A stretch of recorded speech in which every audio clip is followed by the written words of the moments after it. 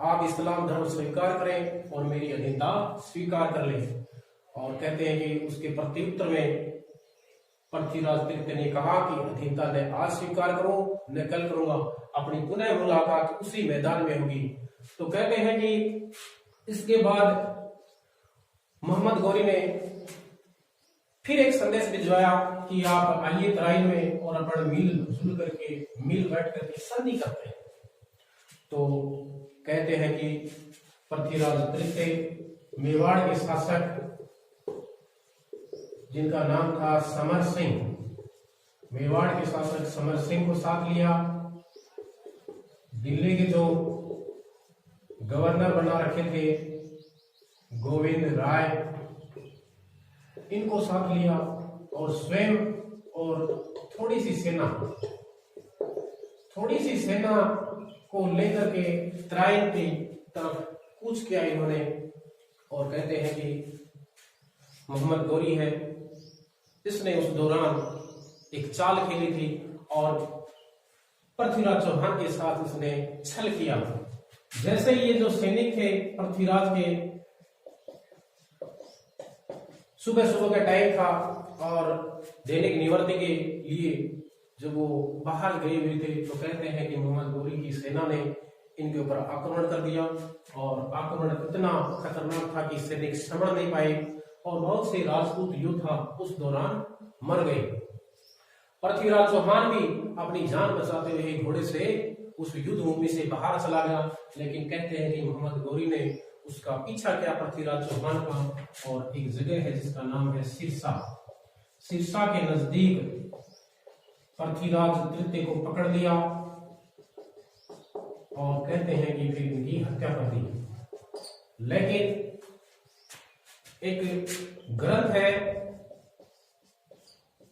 जिसका नाम है पृथ्वीराज रासो, और इसके लेखक हैं चंद्रबरदाई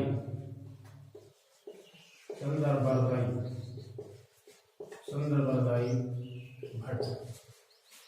चंद्रबरदाई पृथ्वीराज रासो जिसके लेखक है चंद्रबरदाई भट्ट। इसमें कहा गया है कि तराइन के द्वितीय युद्ध के अंदर, और ये मैदान कौन सा था? तराइन का इसको कहते हैं कि द्वितीय युद्ध। तराइन के द्वितीय युद्ध में अब मोहम्मद गौरी जीत गया और पृथ्वीराज तृतीय था, पृथ्वीराज तीसरा हार गया और पृथ्वीराज तृतीय हार गया। उसके बाद में कहते हैं कि इनको बंधक बनाया गया और बंधक बना करके मोहम्मद गौरी के सामने पेश किया गया। जब दोनों के आपस में वार्तालाप हो रहे थे तो उस दौरान कहते हैं कि मोहम्मद गौरी ने पृथ्वीराज तृतीय को कहा कि अपनी आंखों को झुकाकर आप मेरे से बात करें। तो कहते हैं कि पृथ्वीराज तृतीय ने मना कर दिया और आंखों में आंखें डालकर ही बात करने का उन्होंने फैसला किया। तो कहते हैं कि मोहम्मद गौरी ने उस दौरान पृथ्वीराज तृतीय की आंखें फुड़वा दी, दोनों आंखों को फुड़वा दिया और अंधा कर दिया।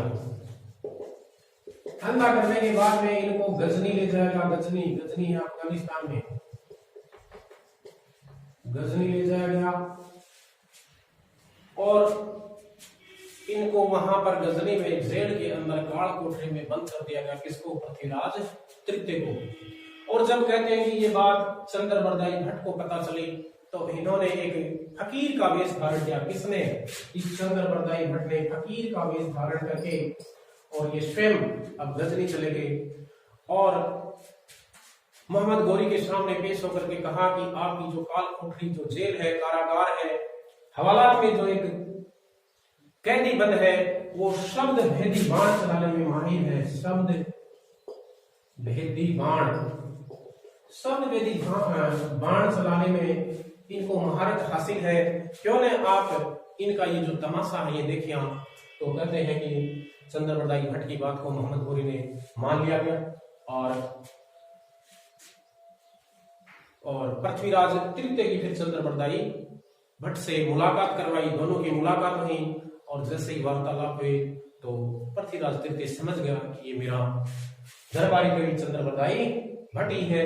दोनों की वार्तालाप हुई और एक ऊंचा सा इस प्रकार से स्टेज बनाया गया और मोहम्मद गोरी उसको उसका कुर्सी या चेयर डाल करके उसको बैठाया गया तमाशा दिखाने के लिए।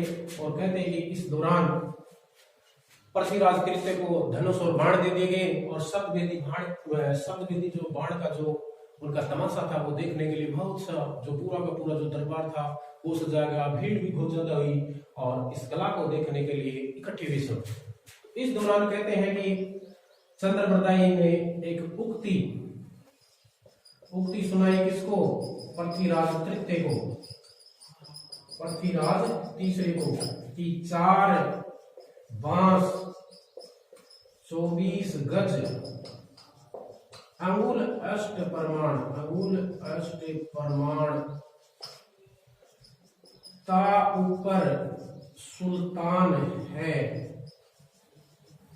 मत चूके चौहान।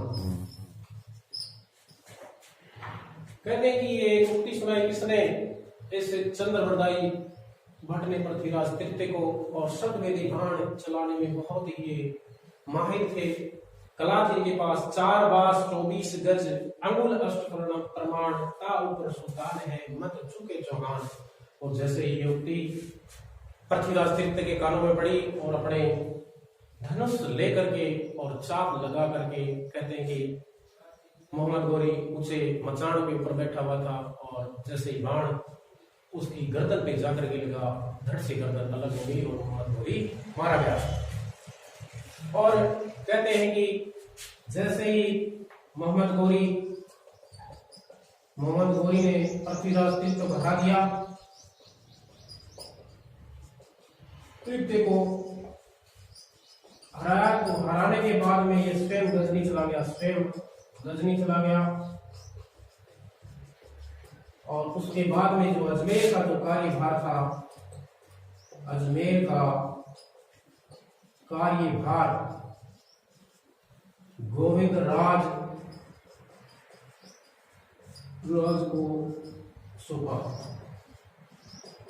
गोविंद राज को लगभग 1192 से लेकर के 1194 तक अजमेर का कार्यभार गोविंद राज जो कि पृथ्वीराज तृतीय के बेटे थे, इनको कार्यभार सौंपा। और गोविंद राज के बाद में 1194 में अजमेर का जो कार्यभार है, अजमेर का कार्यभार कुतुबुद्दीन ऐबक को सौंपा। कुतुबुद्दीन ऐबक को सौंपा। और कुतुबुद्दीन ऐबक कौन थे? ये मोहम्मद गोरी का सेनापति था। मोहम्मद गोरी का सेनापति था और गुलाम वंश की इसने स्थापना की थी। कुतुब मीनार की इसने नींव लिखी थी और लख बख्शा भी इसको कहते थे। कुतुबुद्दीन ऐबक को लख बख्शा का मतलब था लाखों का दान देने वाला, लाखों का दान देने वाला। तो इस प्रकार से तराइन के द्वितीय युद्ध में मोहम्मद गोरी की जीत हुई। पृथ्वीराज चौहान तृतीय हार गया और मोहम्मद गोरी ने इसको छल कपट से कहते हैं कि हराया था। और थोड़ी सी सेना लेकर के और दिल्ली के गवर्नर थे उसमें गोविंद राय और मेवाड़ के साथ गए। थोड़ी सी सेना को आराम से पृथ्वीराज चौहान की जो सेना थी इसको मोहम्मद गोरी ने हरा दिया। और कहते हैं कि सिरसा नामक स्थान पर इसकी हत्या भी कर दी थी। लेकिन पृथ्वीराज रासो जिसके लेखक है चंद्रप्रदायी भट्ट, इसमें इन्होंने लिखा है कि दोनों आंखों को फोड़ दिया गया और अंधा कर करके इनको पृथ्वीराज तृतीय को गजनी ले जाएगा अफगानिस्तान। और जब ये बात चंद्रप्रदायी भट्ट को पता चली तो इन्होंने फकीर का वेश धारण करके गजनी गए और मोहम्मद गोरी को बताया कि आपके जो हवालात में जो ये कैदी बंद है, ये शब्दवेदी बाण चलाने में बहुत ही महारत हासिल है इनको।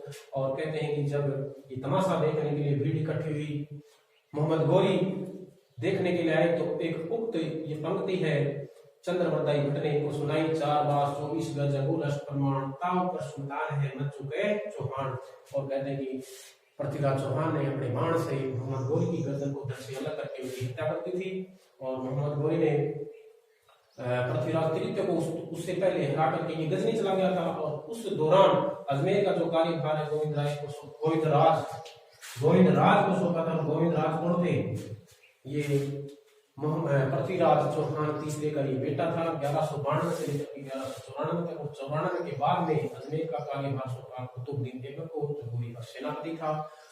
कुतुब मीनार की नींव इन्होंने रखी थी। गुलाम वंश का एक संस्थापक भी था ये, और लख बख्शा भी इसको कहा जाता था, मतलब लाखों का दान देने वाला। तो ये थोड़ा सा इतिहास था पृथ्वीराज तृतीय का।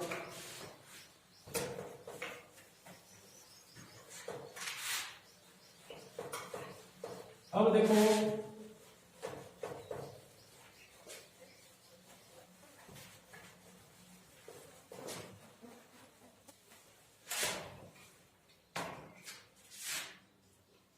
पृथ्वीराज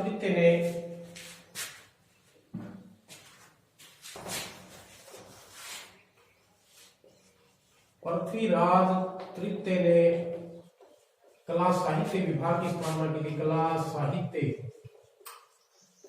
कला साहित्य विभाग की स्थापना की थी। कला साहित्य विभाग की स्थापना की।